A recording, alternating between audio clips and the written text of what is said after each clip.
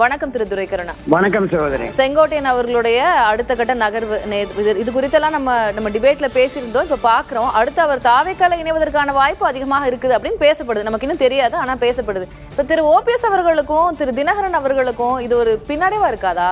அவங்க எல்லாம் ஒன்று சேரணும், கட்சி ஒன்று சேரணும், டிசம்பர் 15 வரைக்கும் அதுக்கான டைம் கொடுத்திருந்தாங்க. இப்ப அவங்க இதை எப்படி பாப்பாங்க செங்கோட்டையனுடைய இந்த மூவை?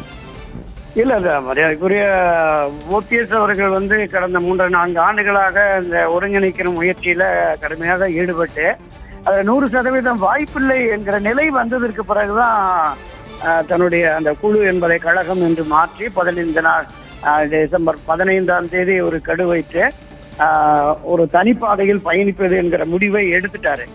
ஸோ டிடிவி தினகரன் அவரும் திரு எடப்பாடி பழனிசாமி முதலமைச்சர் என்று அறிவித்தால் நான் அதிமுக அணியோடு இணையதில்லை, இது எடப்பாடி பழனிசாமியை வீழ்த்துவதுதான் என்னுடைய குறிக்கோள் என்று அவரும் கடந்து விட்டார். எனவே இவர்கள் இருவருக்குமே எந்த பிரச்சனையும் இல்லை. ஸோ இந்த நிலைப்பாட்டை உணர்ந்துதான் திரு செங்கோட்டையன் அவர்கள் தனக்கென ஒரு தனி நிலைப்பாட்டை உருவாக்க வேண்டும். இனி திரு எடப்பாடி பழனிசாமி தலைமையில் பயணிக்க முடியாது என்கிற அந்த நிலைக்கு வந்துட்டார். தொடர்ந்து பிடிவாத நிலையில் திரு எடப்பாடி பழனிசாமி இருக்கிறார். எப்போது இருந்துன்னா இவரை திரு எடப்பாடி பழனிசாமியை அந்த கூவத்தூர் கூட்டத்தில் முதலமைச்சராக அறிவிக்குவதற்கு முன்பாக எல்லோருமே இருந்த கிட்டத்தட்ட ஒரு 80-90% எம்எல்ஏக்கள் செங்கோட்டையனை தான் முதலமைச்சராக தேர்வு செய்யணும்னாங்க. ஆனால் அன்றைய காலச்சூழல் நம்ம வரலாறு நம்ம நிறைய பேசிருக்கோம் திரு துரைக்கருணா. எனக்கு அடுத்த கட்ட நகர்வு மேல நம்ம கொஞ்சம் ஆர்வமா இருக்கிறதுனால இப்போ இவங்க அணிய கழகமா மாத்திருக்காங்க அப்படின்னு சொல்லிருக்கீங்க ஓபிஎஸ் தினகரன். அந்த கழகத்துல செங்கோட்டையன் இருக்கிறாரா இல்லன்னு புரிஞ்சுக்கலாமா?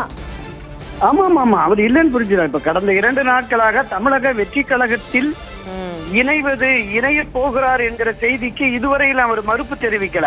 ஆமா, அவரை சார்ந்தவர்களுமே அப்படி ஒரு நிலைப்பாட்டை அண்ணன் எடுத்திருக்கிறார் அப்படிங்கிற அவர் ஆதரவாளர்களும் சொல்றாங்க. அப்ப பொது எதிரி திராவிட முன்னேற்ற கழகம், அந்த திராவிட முன்னேற்ற கழகத்தை தேர்தல் களத்தில் வீழ்த்துவதற்கு வலிமையான அண்ணா திராவிட முன்னேற்ற கழகம், ஒருங்கிணைந்த அண்ணா திராவிட முன்னேற்ற கழகம் என்கிற நிலைப்பாட்டை எடுத்து பயணித்து அது இனி எந்த பயனையும் அளிக்காது, திரு எடப்பாடியினுடைய பிடிவாதத்தை தளர்த்தி ஒருங்கிணைய வாய்ப்பே இல்லை என்ற பொழுது திரு எடப்பாடியை அரசியல் களத்தில் வீழ்த்த வேண்டும் என்கிற ஒரே நோக்கத்தோடு எதிரியை துரோகியை வீழ்த்த எந்த ஆயுதத்தையும் எடுக்கலாம் என்கிற அந்த சாணக்கிய தத்துவத்தின் அடிப்படையில் இப்படி ஒரு நிலைப்பாட்டை திரு செங்கோட்டையன் எடுத்திருக்கிறார். திரு செங்கோட்டையன் இப்படி ஒரு நிலைப்பாட்டை எடுப்பதற்கு தூண்டியது திரு எடப்பாடியினுடைய அந்த பிடிவாத போக்குதான் அப்படிங்கறத இப்ப நமக்கு தெளிவா தெரிகிறது. நாளை நிச்சயமா அது இணைந்ததற்கு பிறகு நம்ம அதை என்னன்னு பாத்துக்கலாம். கண்டிப்பா திரு துரைக்கருணா, நன்றி உங்களுடைய கருத்து பகிர்வுக்கு.